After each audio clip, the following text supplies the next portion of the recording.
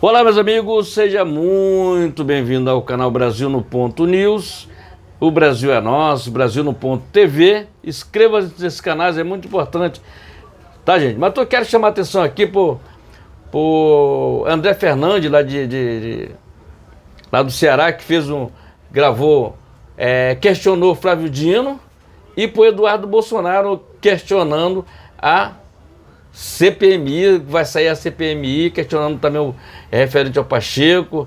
Então, gente, assista esses dois, são dois vídeos. Você vai assistir é um pouco longo, é 15 minutos de vídeo. Mas assista e tire suas conclusões. Entendendo? Pedindo o impeachment do Lula, o Eduardo e o André Fernandes questionando e detonando Flávio Dino. Tá ok, gente? Ele ficou sem resposta, deu uma resposta vagamente muito ruim aí do Flávio Dino lá, não respondeu absolutamente nada, só tentou fazer tumulto lá, tá ok, gente? Assista o André Fernandes detonando Flávio Dino e Eduardo Bolsonaro detonando o Flávio Dino e o Lula, tá? Assista os dois vídeos, se inscreva e compartilhe. Brasil acima de tudo, Deus acima de todos. Tá falhando aqui, ó. Som. Obrigado, senhor presidente, nobres parlamentares que aqui estão. Ao final dessa minha fala, também trarei alguns fatos importantes sobre o que já foi falado pelo ministro presente. Mais uma rápida introdução. Senhor Flávio Dino, em 2019, a Polícia Federal desmantelou o núcleo financeiro do PCC e revelou, através de um grampo, inclusive, que um membro desta facção criminosa afirmou que existia um diálogo cabuloso com o PT. Em nota, na época, o Partido dos Trabalhadores disse que era mais uma armação forjada contra a sigla. E, abre aspas, vem no momento em que a Polícia Federal está subordinada ao ministro acuado pela revelação de suas condutas criminosas, fecha aspas, referindo-se ao então ministro Sérgio Moro.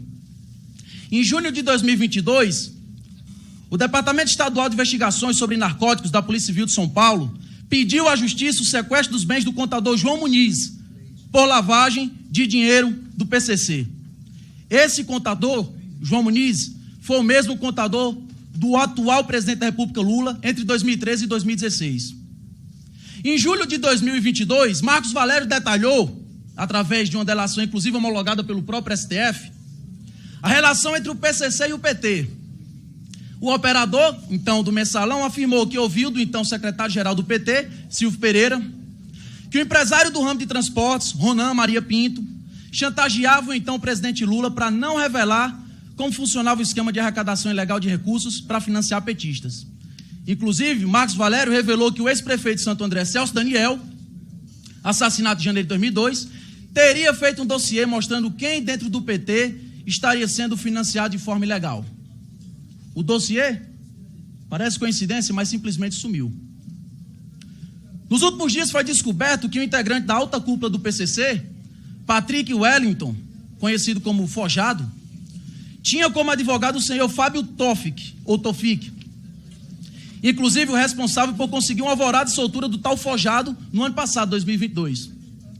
Acontece que esse era o mesmo advogado de defesa do senhor Fábio Luiz Lula da Silva, o conhecidíssimo Lulinha, o mesmo que ficou milionário coletando fezes, estrume de elefantes. Na decisão judicial do caso onde o PCC planejava matar o atual senador da República, Sérgio Moro, deputado federal Coronel Telhada, inclusive o vice-presidente da República, Geraldo Alckmin, e outras autoridades, foi revelado que um dos integrantes dessa facção criminosa usava o e-mail Lula Livre.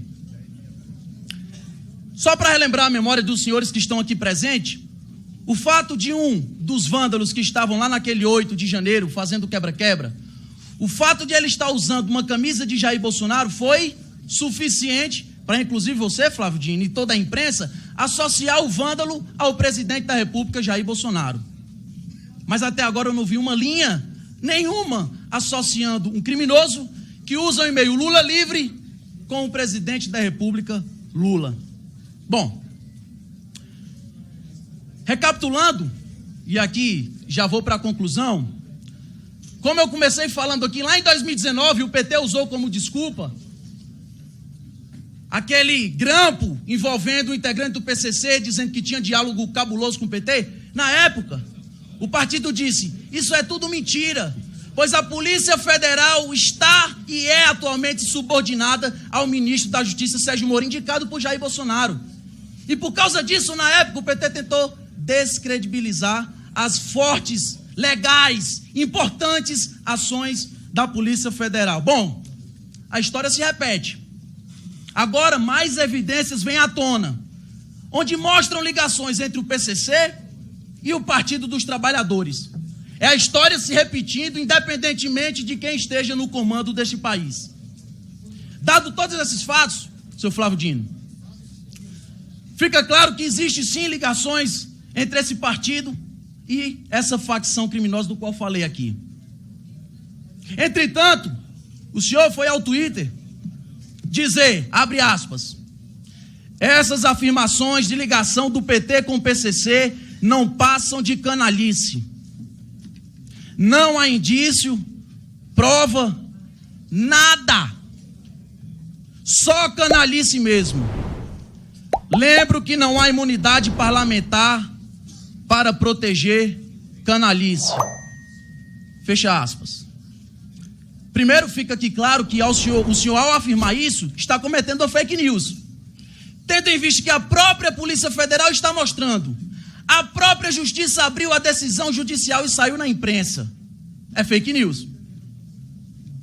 Agora eu pergunto, seu Flávio Dino, por que é que o senhor, como ministro, não investe em apurar e investigar esses indícios, essas ligações, essas provas, inclusive delação de alguém que era muito bem visto dentro do PT, estou falando Marcos Valério, sobre essas ligações do PCC com o Partido dos Trabalhadores, ao invés de simplesmente usar as redes sociais e atacar esse parlamento, que é soberano e que tem toda a prerrogativa para fazer esse tipo de questionamento. Essas são as minhas perguntas sobre esse primeiro tópico. E agora, para concluir, e agora só para ajudar aqui, já que a gente trata de informações, não acredito que tenha sido de mau gosto, talvez simplesmente não lembre, porque, enfim, foram poucas as vezes. O senhor acabou de falar que não responde nenhum processo, no Jus Brasil diz que o senhor responde 277 processos. Mas são poucos, eu acredito que tem esquecido. O senhor falou que não sabia do que iria acontecer, não recebeu avisos, não recebeu nada disso. Tudo bem, não estamos aqui para desacreditar de Vossa Excelência. Mas eu pergunto, no dia 7 de janeiro, o senhor postou no Twitter, dizendo que prováveis ataques antidemocráticos aconteceriam naquele fim de semana. No dia 7 de janeiro, está no Twitter do senhor ainda. E disse que, inclusive, estava autorizando a Força Nacional para fazer aquela segurança. No dia 7 de janeiro. O que foi feito? Por que a Força Nacional não evitou que aquilo tudo acontecesse? Quem avisou o senhor sobre os atos do 8 de janeiro, se no dia anterior aos atos do 8 de janeiro o senhor estava falando que aconteceriam? Eu gostaria de saber isso. E termino aqui a minha fala me solidarizando com todos esses parlamentares do PL, do PCdoB, do PT, PSOL, seja lá qual for a bancada. Porque eu acabei de ouvir de um parlamentar que qualquer investigação referente a crimes cabe somente à polícia investigar e que não cabe CPI. E aí eu pergunto, então para que serve uma CPI? Por que é que existe a CPI dentro da Constituição Federal? Me desculpem, mas isso é um ataque nítido a esse parlamento que há não muito tempo estava aqui dizendo que a CPI da Covid era uma das melhores coisas que aconteceu no nosso Brasil. São essas as minhas perguntas e obrigado, senhor presidente. Questão de ordem, presidente Rui Falcão. Questão de ordem, presidente. Qual é o artigo, deputado? Eu só queria saber se está liberado a fake news, presidente. Se está liberado hoje na comissão. Deputado. Isso não é questão de ordem.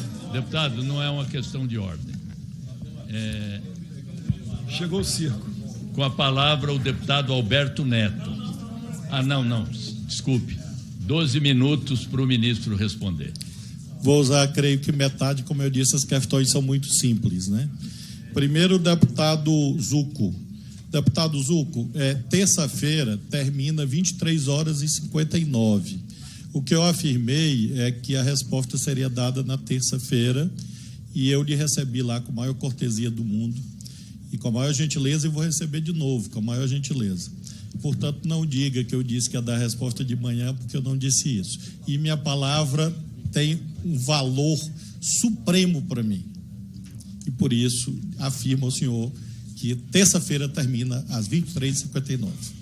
Sobre a questão do que eu disse no Twitter, deputado, eu, assim, fiz audiência criminal como juiz durante 12 anos. E eu sempre procurava ouvir o que as pessoas tinham a contar. Eu já disse, e vou dizer pela terceira vez, quando eu escrevi que o contingente da polícia não era suficiente, foi quando eu cheguei. Eu cheguei e vi. Foi isso que eu afirmei. Eu não disse antes porque eu não estava vendo. Quando eu cheguei, eu vi, escrevi e declarei. Acho que agora está claro.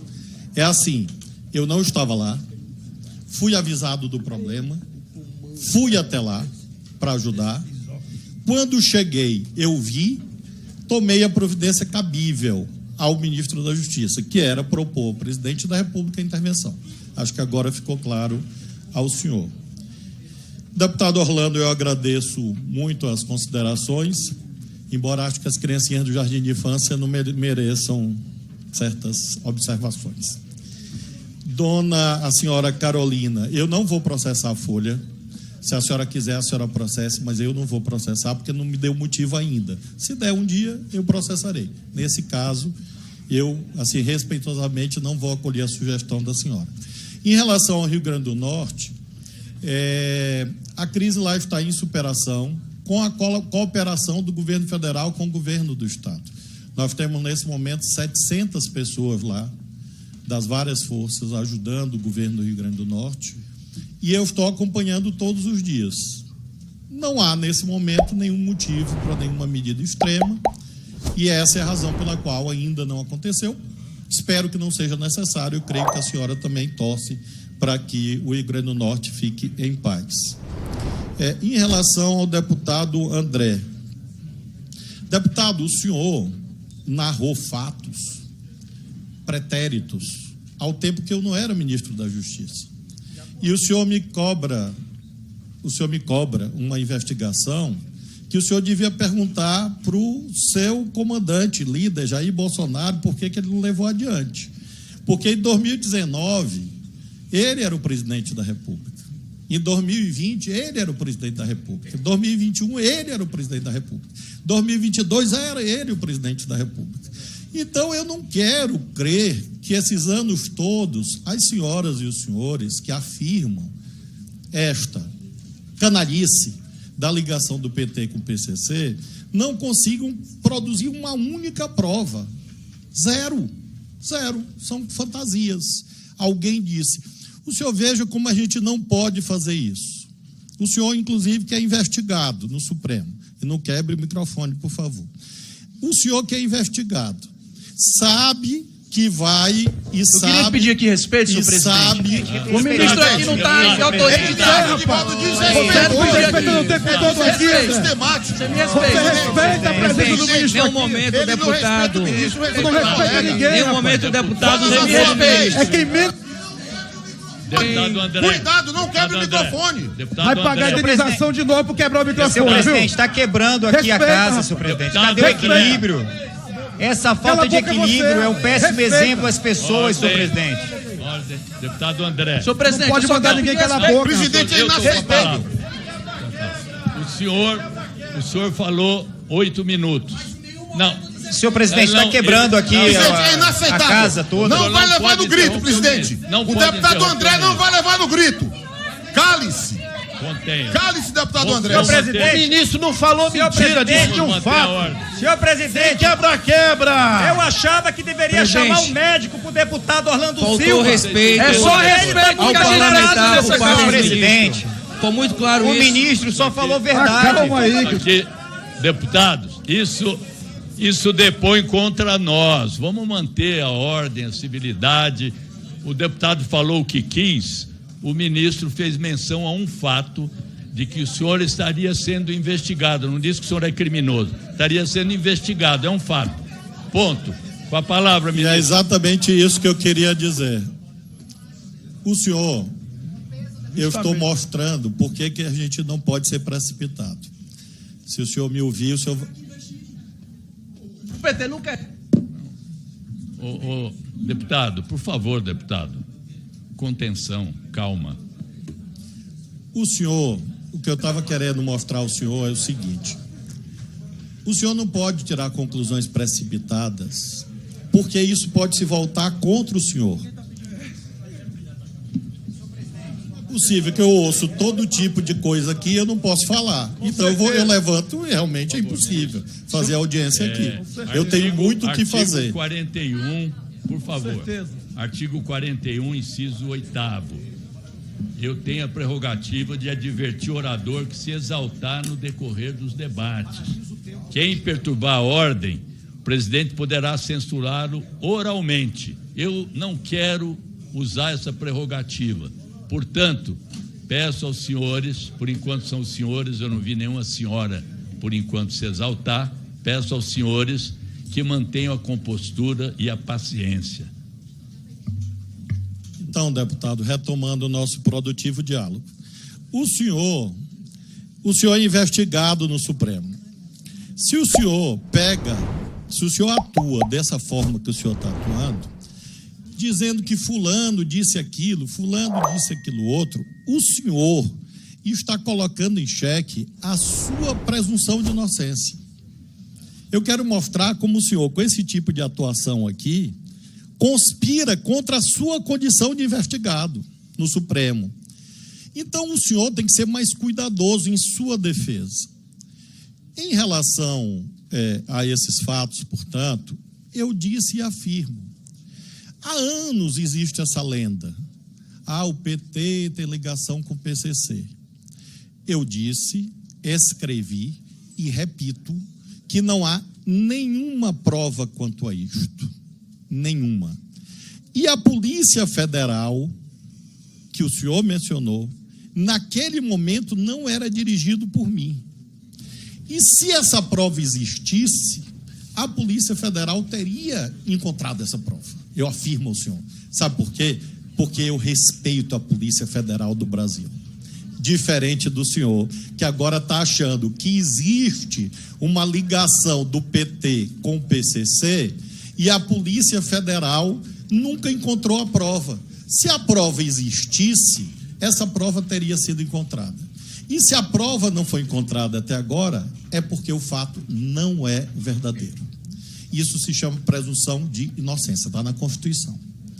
O senhor também afirma fatos, alguns desconexos, porque fulano tinha o mesmo advogado. Ora, o senhor veja como a vida é.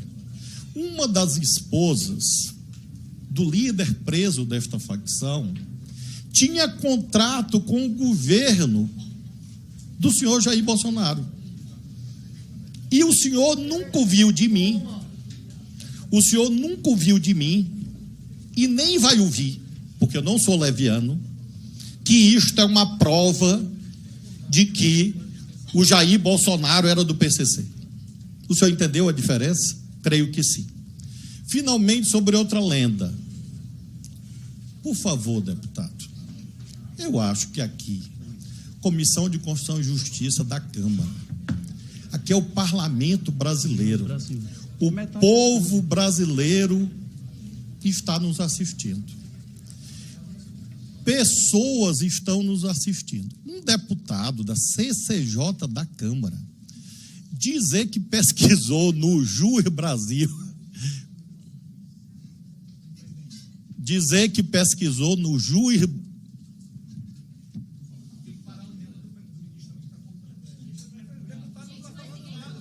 Gente, dizer que pesquisou no...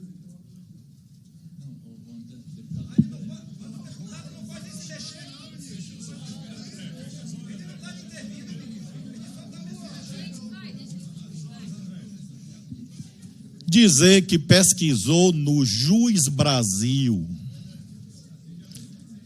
Eu vou contar, olha, eu sou professor de direito, eu vou contar para os meus alunos como anedota, como piada. O senhor acaba de entrar no meu livro de memórias. O Juiz Brasil, deputado, quando bota o nome, não aparece os nomes de quem responde a processo. Aparece o nome de quem pediu o direito de resposta na justiça. Aparece o nome de quem foi requerido num pedido de resposta. Aparece o nome de quem registrou a candidatura. Aparece o nome de quem se prestou contas à Justiça Eleitoral. Aparece o nome de quem foi testemunha num processo. E a estas alturas, deputado, dizer com base no Juiz Brasil que eu respondo a 277 processos se insere mais ou menos no mesmo continente mental de quem acha que a Terra é plana. Mais ou menos. É um piadista. E claro que, olhando nos seus olhos, eu vejo que o senhor sabe que a Terra é redonda. Então, deputado, assim como o senhor sabe que a Terra é redonda, nunca mais repita essa mentira, essa fake news dos 277. Deputado, eu estou lhe tratando com respeito. Que humilhação. Por favor, me trate com respeito, tá bom? O Juiz Brasil é este registro. E por que eu peço ao senhor para nunca mais repetir isso? Porque o senhor está propagando uma mentira e o senhor fez um juramento. E se o senhor não honra o seu juramento, eu honro o meu. Então, se o senhor insistir nessa mentira... Não tem questão de ordem, não pode interromper, senhor presidente. Tem que ler o Código de Disciplina, tem que ler o regimento, tem que ler a Constituição. Respeito o não ministro. sabe nem pesquisar no Juiz Brasil, quer pedir questão de ordem, senhor presidente. 74. Não tem questão Deixa de o ordem. ministro concluir. Qual o artigo? 74. Qual o artigo para levantar questão de ordem? 74. Não conhece o regimento, não conhece a Constituição. De ordem no meio da fala. Bora respeitar o tempo do ministro. A base do governo. Quando o ministro concluir, não for mais interrompido, eu considerei a questão de ordem se ela tiver apoio regimental. Muito bem. Por favor, deixa o ministro concluir. Concluindo, por que eu faço questão de responder ao senhor detalhadamente? Porque esta mentira vil, esta mentira baixa, é difundida todos os dias na internet. E eu aproveito esta oportunidade que Deus me deu do senhor trazer esse questionamento para esclarecer definitivamente que eu não respondo, não respondi e não responderei a 277 processos, nem a metade, nem 5, nem 3, nenhum, diferente do senhor. Questão de ordem, artigo 74, senhor presidente. Calado, dentro dessa calado. comissão. Palavra, Senhor presidente, questão de ordem de presunção. lá fala sobre Deixa uma acusação pessoal à própria conduta ou ao que lhe for indevidamente atribuído como opinião pessoal. Aqui aconteceram duas vezes. Primeiro, o senhor Flávio Dino falou que eu não honro o juramento como parlamentar. Isso, para mim, fica claro que é uma ofensa. Não somente a esse parlamentar, mas a todos que aqui estão, que também fizeram o mesmo juramento.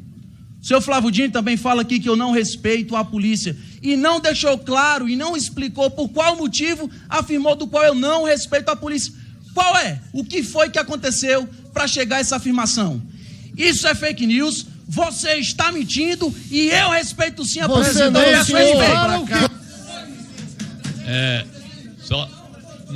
isso não é questão de ordem, deputado. Mas isso não é questão de ordem. Ele está respondendo uma fala do ministro. Isso não é questão de ordem. Isso não é questão de ordem, deputado.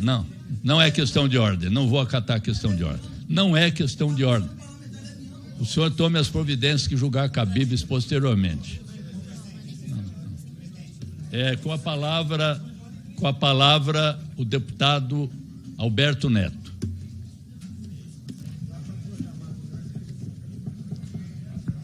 Presidente, ministro, eu vou pedir a atenção de Vossa Excelência.